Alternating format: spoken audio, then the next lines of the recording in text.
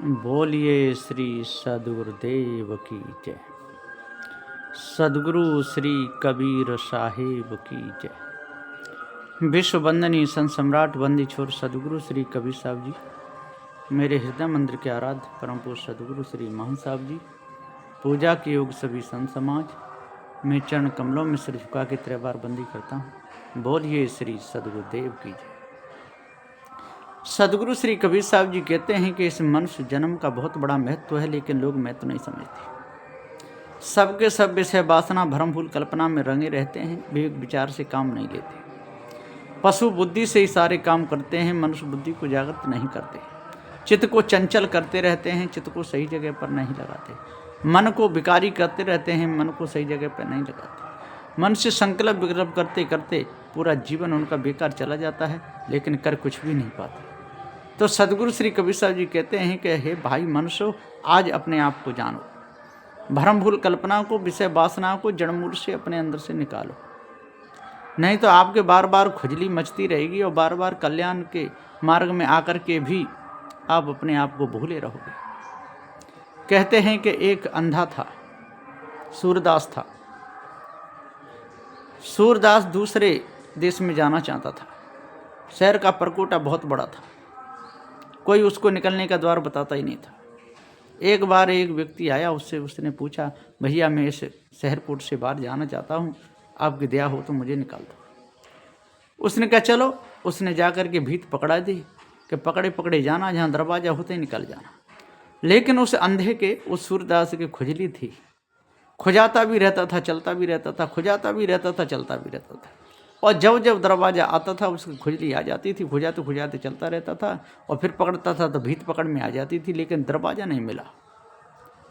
वहीं पर वो टक्कर खा करके, कांटों में गिर करके और मर गया, लेकिन उस कोट से पार नहीं हो पाए।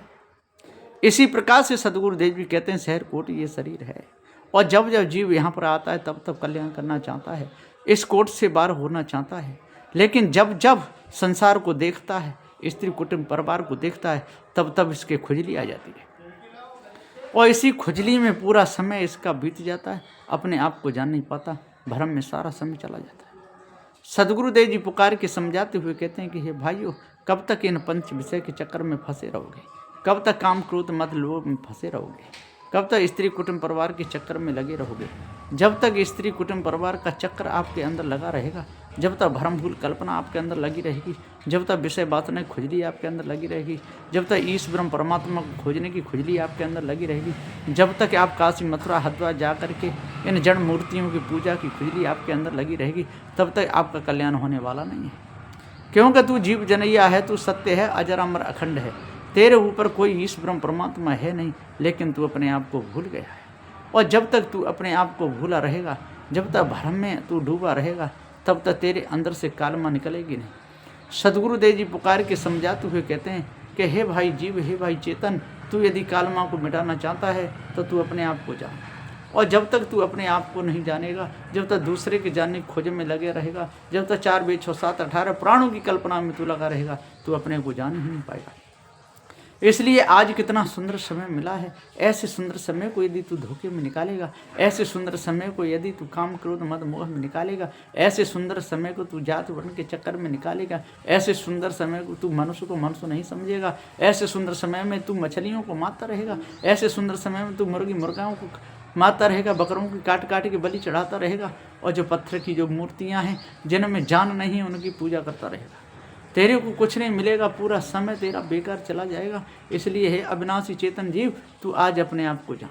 और यदि तू आज अपने आप को जान जाएगा, भूल को अपने अंदर से निकालेगा, विषय विकारों को अपने अंदर से निकालेगा, और सदग्रंथ बीजक को यदि तू मन लगा के पढ़ेगा, पार की संतों का सत्संग करेगा, तो ईश ब्रह्म आत्म परमात्मा की कल्पना तेरे अंदर से निकल जाएगी।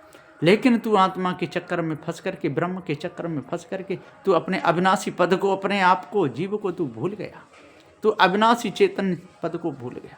इसलिए बार बार भटक रहा है, और उन्हीं बातों को बार बार मनन करके उन्हीं को जोड़ता रहता है। इसलिए तुझे अपने आप का ज्ञान होने वाला नहीं, और जब तक अपने आप का पूरा ज्ञान नहीं होगा, अपने आप को तू नानद विकारी परिचन्न मानता रहेगा, भूल में अपने जीवन को शांत रहेगा, तब तक तेरा दिमाग बिगड़ा हुआ रहेगा।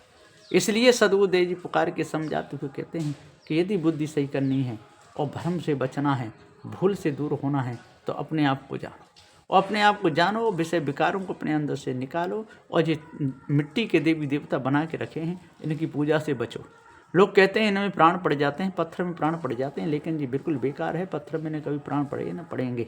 हाँ, मूर्तियाँ यादगारियाँ हैं, यादगारी रूप में यदि कोई रखता है, वो भी पारक सिद्धांत के हिसाब से तो दोष ही है। यदि कोई रख भी लेता है यादगारी के वास्ते, तो उसमें तो कोई बात नहीं है, लेकिन उसको पूज्य भाव से रखना, उसकी पूजा करना, आरती करना, वंदना करना, तो ये तो मूर्खता है। और यदि बना के रखेगा तो एक न एक दिन तो वहाँ पूजा होने लगेगी। इसलिए जड़ मानंदी में हम ना फंसें, और किसी को भी जड़ मानंदी में ना फंसाएं, और पत्थर पूजा में हम ना फंसें, और किसी को पत्थर पूजा में ना फंसाएं।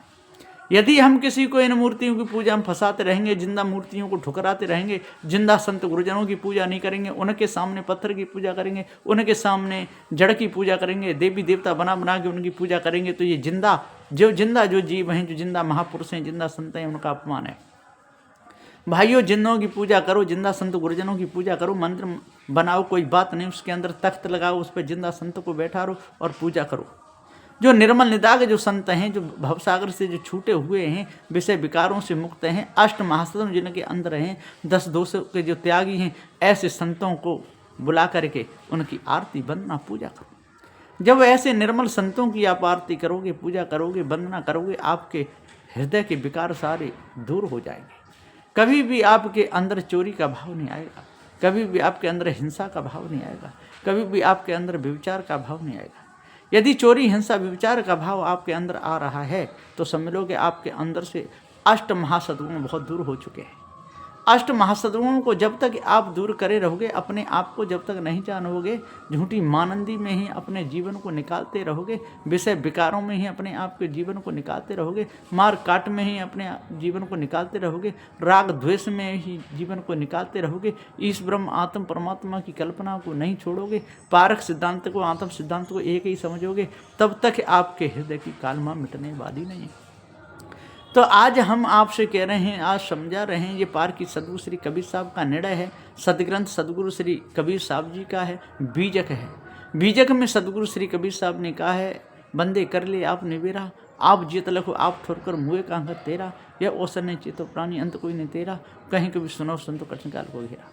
काल का घेरा बहुत बड़ा है, बहुत ज़बरदस्त है। यदि इस काल के घेरे में आप पड़ गए तो बचोगे नहीं। काल का घेरा है इन 4 20 6 7 18 प्राणों का। काल का घेरा है तौरे तेंजी जमूर फुरकान का। काल का घेरा है कसाईयों का।